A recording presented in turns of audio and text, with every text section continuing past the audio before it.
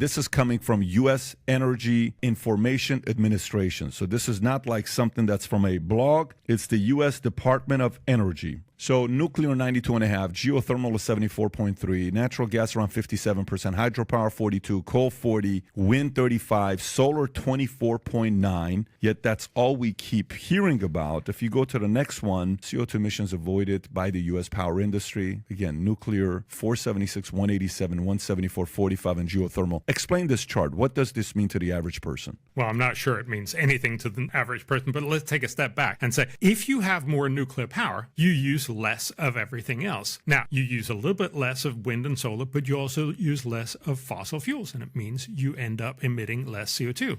Nuclear simply replaces CO2 emitting energy.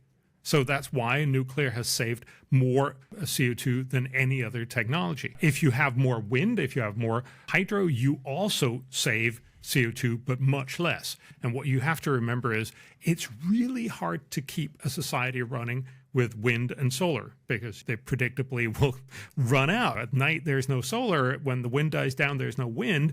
And we have no sense of how little batteries we have. Right now, the world has batteries to cover enough electricity consumption in the world for 1 minute and 15 seconds. Fundamentally, batteries are not in any time soon going to be able to step in on this. So whenever you use solar or you use wind, you inevitably have to have some backup power that both has greater cost, and that also means typically gas. So unless you're very fortuitously positioned where you have lots of hydro as backup, you will emit more CO2.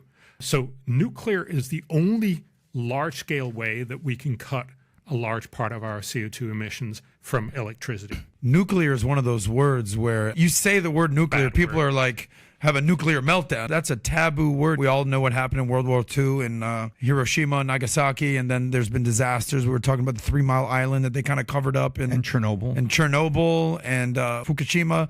Anyway, all these situations, you hear nuclear, people get freaked out. What should we not be fearful of when it comes to nuclear? If you actually look at how dangerous different things are, given how much kilowatt hours they produce, or how much energy they produce, it turns out that nuclear is one of the safest things ever. It's a little bit like with airplane crashes. Actually, it's incredibly safe to fly, but every time there is a crash, you will hear about it. So it's a little bit the same way with Chernobyl. Obviously, was a terrible disaster. 10 years later, the EU, the World Health Organization, the International Nuclear Commission, and several other organizations went together and said, how many people actually died from this? And they find that it's much less than 2,000 people. Remember, this is in a world where coal-fired power, which emits lots and lots of air pollution, will routinely kill about 500,000 people every year. But it happens all the time. So it's basically the fact that you've cleaned up much of this in the U.S., but most places you just belch out this black smoke, especially in poor countries, and it simply blankets the neighborhoods with dirty air. But if you go to New Delhi, for instance, it's terrible, literally terrible. It's like smoking a pack of cigarettes or something a day. Now, that's also because they burn a lot of their agricultural waste, but we know that coal-fired power plants make a huge impact.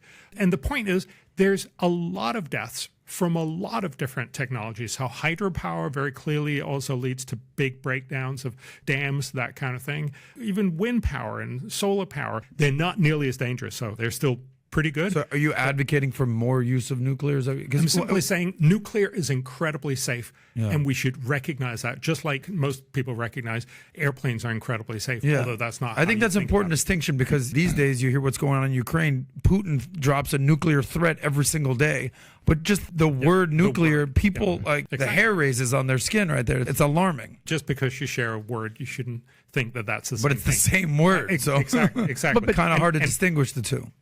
And this is also why fourth generation nuclear power, because remember, third generation actually had to be actively protected. So if you lose all power, that was what both had in Fukushima and in Chernobyl. If you lose all power, basically you can get a real meltdown.